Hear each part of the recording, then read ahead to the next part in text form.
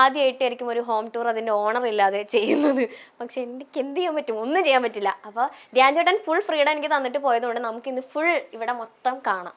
അപ്പോൾ ധ്യാൻ ചേട്ടൻ്റെ ഫ്ലാറ്റ് കയറുമ്പോൾ തന്നെ എൻട്രൻസിലുള്ള ലിവിങ് ഏരിയ ആണ് നമ്മളിപ്പോൾ കാണുന്നത്. ഇപ്പോൾ ഇവിടെ ഒരു TV പ്ലേസ് ചെയ്തിട്ടുണ്ട്, അതിൻ്റെ സ്റ്റാൻഡ്, അതുപോലെ തന്നെ ഏതോ വലിയൊരു സ്പീക്കറൊക്കെ സെറ്റ് ചെയ്തിട്ടുണ്ട്. ഇവിടെ ഫുൾ ജാമിങ് ആണെന്ന് തോന്നുന്നു ധ്യാൻ ചേട്ടൻ. അതുപോലെ തന്നെ ഭയങ്കര രസമായിട്ടാണ് സോഫാസ് ഒക്കെ പ്ലേസ് ചെയ്തിട്ടുള്ളത്. 2 കളർ കോൺട്രാസ്റ്റിലാണ് ഇതിൻ്റെ സോഫാസൊക്കെ സെറ്റ് ചെയ്തേക്കുന്നത്. പിന്നെ ഇവിടെ ഡെക്കറേഷൻ ആയിട്ട് വെച്ചേക്കുന്ന ഐറ്റംസും വാൾ പെയിൻറ്റിങ്സ് ഒക്കെ ഭയങ്കര ഡിഫറെൻ്റ് ആയിട്ടാണ് ചെയ്തിട്ടുള്ളത്. ഇതിൻ്റെ പേരൊന്നും കറക്റ്റായിട്ട് എന്താ പറയണമെന്ന് എനിക്കറിയില്ല. ചിലപ്പോൾ എന്തെങ്കിലും അർത്ഥങ്ങളൊക്കെ ഉള്ള വലിയ വലിയ എന്തൊക്കെയോ ഫ്രെയിംസ് ആണ് ഇതൊക്കെ. ധ്യാൻ ചേട്ടന് പോലും അറിയണ്ടാവില്ല കേട്ടോ, അത് വേറെ കാര്യം, ചുമ്മാ ഷോയ്ക്ക് വെച്ചേക്കണായിരിക്കും. ഓക്കെ, അപ്പോൾ ഇവിടെയാണ് ഇതാ നേരത്തെ പറഞ്ഞ പോലെ വലിയൊരു TV പ്ലേസ് ചെയ്തിട്ടുണ്ട്.